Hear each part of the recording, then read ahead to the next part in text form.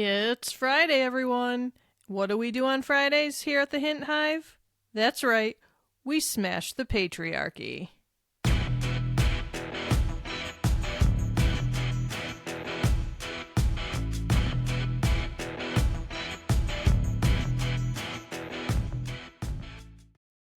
Hey Hive, it's your resident psychotherapist and feminist life coach, Kelly Hint, aka the queen bee of this hive. And today we are diving into something that honestly feels unavoidable right now: how to navigate the sheer level of hatred in the world without losing yourself in it. Because let's be real for a second. The noise is loud. The anger is everywhere. And sometimes it feels like if you open your phone for 5 minutes, you're hit with outrage, cruelty, misinformation, and people just going for each other's throats. And if you're a woman, especially a woman who speaks up, challenges systems, or dares to take up space, you feel it even more intensely. So today we're talking about how to stay grounded, protect your mental health, and continue to show up as your powerful, authentic self without becoming hardened, numb, reactive, or consumed by the hate. And we're not just talking about survival today, Hive. We're talking about how to stay you in a world that is constantly trying to provoke, distort, and exhaust you. So buckle up and let's dive in.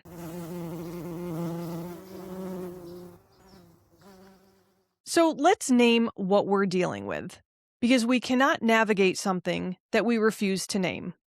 So let's call it what it is. We are living in a time where social media algorithms actively amplify outrage because it drives engagement and profit. Political rhetoric has become increasingly hostile, increasingly polarizing, and dehumanizing. Extremist ideologies are becoming louder, more visible, and more normalized in everyday discourse. And let's take that one step further. This is not random. Outrage is profitable. Division is strategic. And emotional activation keeps people hooked. Now, here's a key psychological truth. Humans are wired with a negativity bias. That means that your brain is biologically designed to prioritize threats over neutral or positive information. Why? Because thousands of years ago, noticing danger quickly kept you alive. But now, that same wiring is being hijacked. So when you combine algorithms pushing outrage, politicians using fear-based messaging, and extremist content designed to provoke emotional reactions, your brain goes into overdrive. This is not you being too sensitive. This is your nervous system doing exactly what it was designed to do. But here's the problem.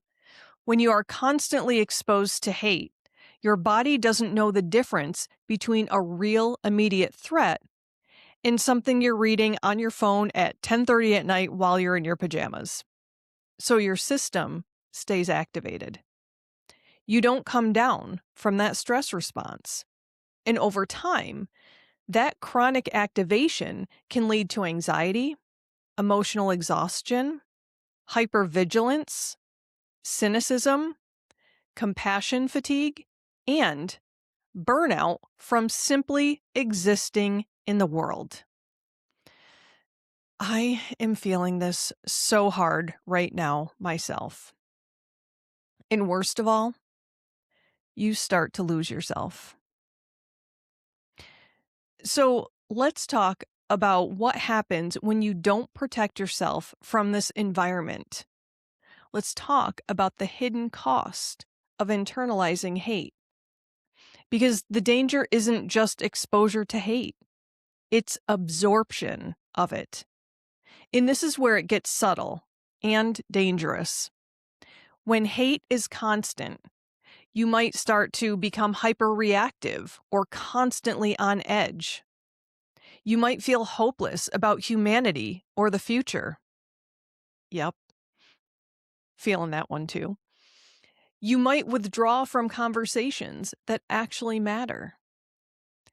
You might even question your own voice, your own power, or your impact. Again, I'm dealing with this right now myself. For those who listened to or watched last week's episode, you heard me admit that I was again questioning whether to continue with this podcast or not. I get a lot of hate for what I say, and it's exhausting and makes me question if I'm even making a difference.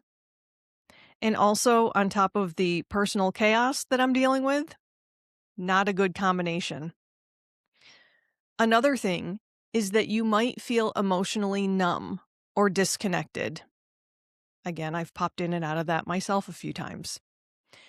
And you may even start mirroring the same harshness, sarcasm, or cruelty that you're seeing. I'm telling you, I have had to rein myself in tightly because when I see all of the hatred in the comment sections online, I just want to unload. But I don't. I'm trying to be the change and all. And it's not easy, let me tell you. And here's the truth that most people do not want to say out loud. Prolonged exposure to hostility can reshape your emotional baseline, meaning that what once felt extreme starts to feel normal. That is how environments change people. So I'm going to lovingly call something out right here. If you are not intentional, the very systems that you are trying to resist can start shaping how you think, how you speak, and how you show up. That's how powerful this environment is. And as women, especially women committed to growth, justice, and empowerment, we cannot afford to lose our clarity, our compassion, or our voice. Because once you lose those things, that's when the hate actually wins. So let's get into it. How do you stay informed, aware, and engaged without becoming consumed, overwhelmed, or emotionally hijacked? Start with curating your digital environment like your sanity depends on it, because it does. You are not obligated to consume everything. Let me repeat that louder for the people in the back. You are not obligated to expose yourself to constant harm in the name of being informed. Being informed does not require being emotionally flooded 24/7. You can unfollow or mute accounts that constantly trigger rage, fear, or anxiety without adding meaningful value. I have begun to do this, and let me tell you, it really does make a difference. You can limit your time on platforms that are designed to keep you dysregulated. Again, this is why my social media engagement is not what it used to be. I have been very awful as far as keeping up with Facebook and Instagram because the hatred just it drags me down, and I don't want to do that anymore. I have enough going on without adding to that stress. Another thing you can do, replace doom scrolling with intentional consumption. Choose when, where, and how you engage. For me, I intentionally choose to post my episodes each week in my Facebook group that I opened up, the Hint Hive podcast Facebook group. I don't do a whole lot more online, to be very honest. Another thing that is really important, you can create no scroll zones in your day, like mornings or before bed. This is not avoidance. All of this is psychological self-respect. Next, regulate your nervous system daily, not just when you're overwhelmed. Too often we wait until it's too late. If your nervous system is constantly activated, your perspective will be distorted. You will see more danger than there actually is. You will feel more overwhelmed than you actually are. And you will react instead of respond. Some great techniques include deep breathing, because slow inhales and longer exhales actually calms your nervous system. Grounding exercises, one of my favorites. Name 5 things you can see, 4 things you can touch, 3 things you can hear, and if you want to take it a little further, 2 things you can smell and 1 thing you can taste. That's called the 5-4-3-2-1 grounding exercise. And I do this frequently for people, for example, if they're having panic attacks in my office. But it's not just for panic attacks. It is a great grounding technique to refocus you. Another thing you can do, movement, like walking, stretching, shaking out tension, dancing like nobody's watching. That can shift the physiology in your body, kind of like a fake it till you make it. And limiting stimulants like constant news intake when you're already overwhelmed can be really, really important. This isn't fluff. This is biology, because regulation is power. Next, stay rooted in your values, not your triggers. Hate wants a reaction. Power comes from intention. When you are triggered, your brain is not operating from your highest, most aligned self. So pause and ask, who do I want to be in this moment? What do I actually stand for? Is this response aligned with my values or just my emotions? Ladies, you can be fierce and grounded. You can be outspoken and regulated. You can challenge systems without becoming consumed by them. That is emotional intelligence. Next, protect your energy without silencing yourself. This one is big, especially for women who have been socialized to over-explain, over-prove, and over-engage. You do not have to engage in every argument to prove your worth, your intelligence, or your legitimacy. Not every conversation deserves access to you. That concept was slapped in my face when I tried to be helpful online and was immediately attacked and told that people in my profession only care about money and power. Ha! What money and what power is that you speak of? And how can I find it? Please, lead me there. So, some good ways to protect your energy include choosing your battles based on impact, not impulse. Disengaging from bad faith conversations or people committed to misunderstanding you. Setting time limits on how long you engage in heavy topics. And giving yourself permission to walk away without guilt. These are healthy boundaries. Boundaries are not weakness. They are strategy.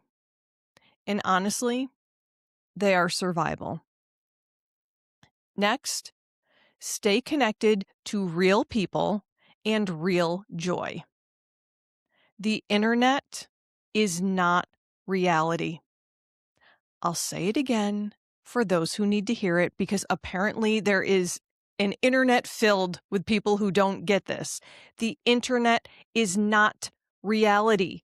What you see online is often the most extreme, amplified, and emotionally charged version of humanity.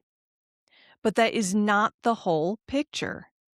So instead of trying to find connections solely online, Spend time with people who remind you of your humanity.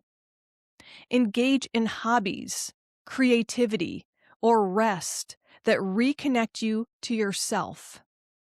Get outside, touch grass, breathe real air. Yes, I said it. Get some fresh freaking air, people. Create moments that remind you why life is worth protecting. Joy is not a distraction from the fight. It is fuel for it. Because let me tell you, when I spend time cultivating joy in my life, I feel even more powerful than what I already know that I am. And finally, build emotional boundaries, not just external ones. Here's a deeper layer that most people miss. It's not just about what you expose yourself to. It's about what you internalize. You can see something hateful and not take it in as truth. So when you see the hate, whether directed at you or not, remind yourself, this is a reflection of them, not me. Challenge internalized negativity before it takes root. Separate your identity from other people's projections. Not everything deserves space in your mind. Ladies, we need to work on reclaiming our power in a hostile world. Here's the truth that doesn't get talked about enough. The goal of widespread hate, whether it's political, social, or ideological, is often to exhaust you. Because exhausted people are easier to silence, easier to control, easier to disengage. So choosing to stay grounded, intentional, and connected to yourself, that is an act of resistance. Choosing not to become bitter, that is power. Choosing to stay compassionate without being naive, that is strength. Choosing to keep showing up as yourself, that is how you refuse to be reshaped by the very thing you're fighting against. All right, time for our affirmation of the week. Take a breath with me. In through the nose, out through the mouth. Feel your feet on the ground. Drop your shoulders. And say this out loud if you can. I refuse to let hatred reshape who I am. I protect my peace. I honor my values. And I choose to respond with power, not reaction. Again, I refuse to let hatred reshape who I am. Let it sink in. Because this affirmation is not about ignoring reality. It's about choosing how you exist within it. Hatred wants to pull you out of yourself. It wants you reactive, drained, and disconnected. This affirmation pulls you back in. It reminds you that your identity is yours, not something the world gets to distort, define, or manipulate. And every time you choose alignment over reaction, you reclaim your power.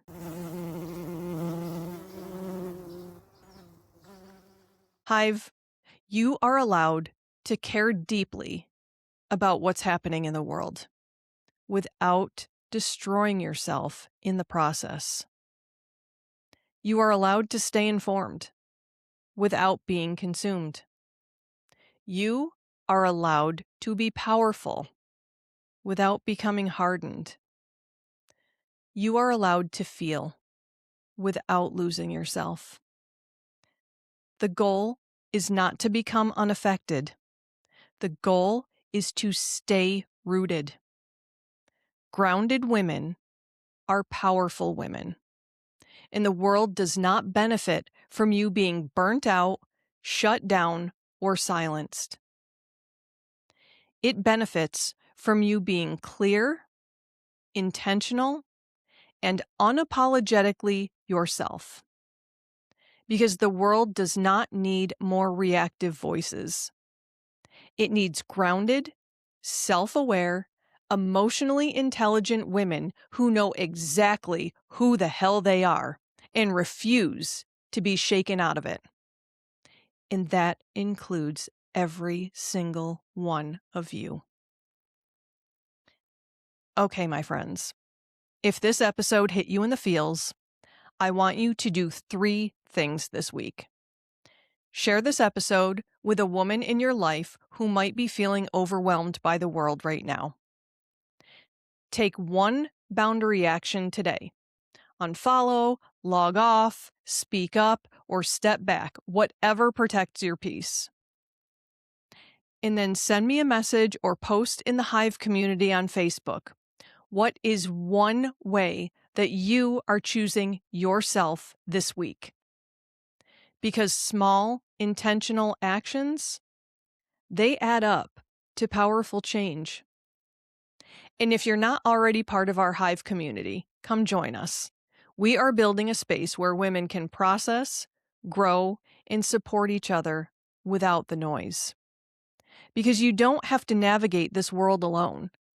And if you need help with that, let's do some work together to bring out that confident, badass queen that I know that you are. All right, ladies, stay powerful, stay grounded, and as always, keep buzzing.